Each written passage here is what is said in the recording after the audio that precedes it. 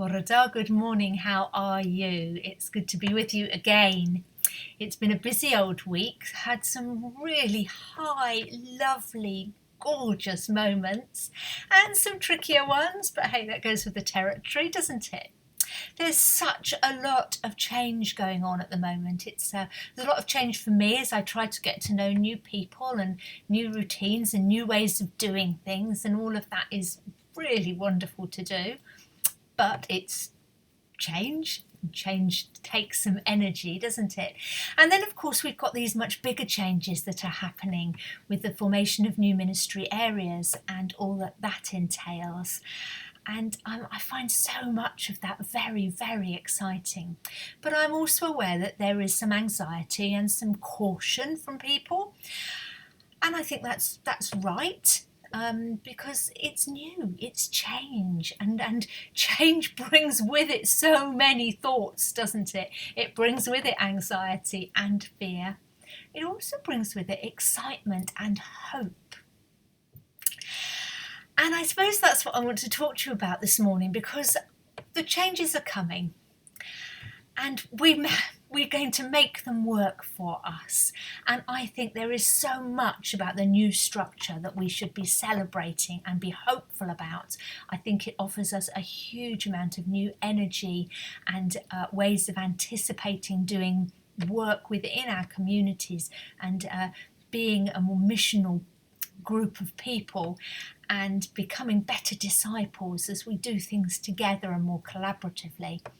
I'm really excited about all of that, but we can't do any of that, and we can't be excited without acknowledging that there might be a little frisson of fear running through there.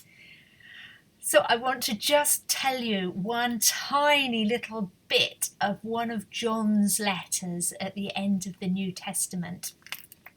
He's talking about God and love.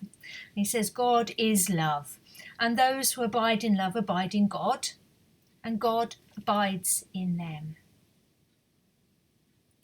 There is no fear in love, but perfect love casts out fear. There is no fear in love. Perfect love casts out fear. And I think I want to offer that to us this morning in the context of all that is changing around us, not just perhaps in our ministry area, in our church world, but in the bigger world as well, as we're looking at the lockdown easing, restrictions easing, travel perhaps changing, who can we have in our house and who can we go for a walk with, all of these changes. And they all bring about a sense of fear and a sense of anxiety. And what John is telling us in that letter is that perfect love drives out fear. There is no place for fear if we live in the love of God. Which is a really, really long-winded way to say we need to trust in God. We need to hand all of these things over to him, and we need to believe that his hand and his will and his best for us is in all these things.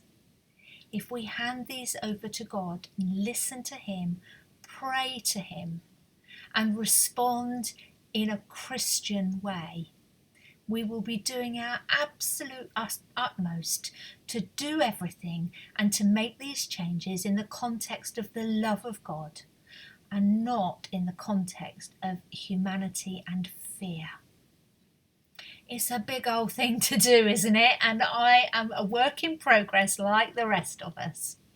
But today I choose to hand it over to God and to live in his love and to remember and to remind myself that to live in his perfect love drives out the fear and lets me live without it. How are you going to do that today? How are you going to do that in the coming months? I hope you can find a way. Prayer is a great way to start with that. Spending time with other Christians is another brilliant way to do it. And if you've got any other suggestions, tell me and we'll do them together. If there's anything about this you want to chat with me about, please drop me a message or give me a ring, and it would be good to catch up with you. I hope you have a good day today, and I will speak to some of you soon, and I will hopefully see you in church on Sunday. Lots of love and God bless. Bye bye.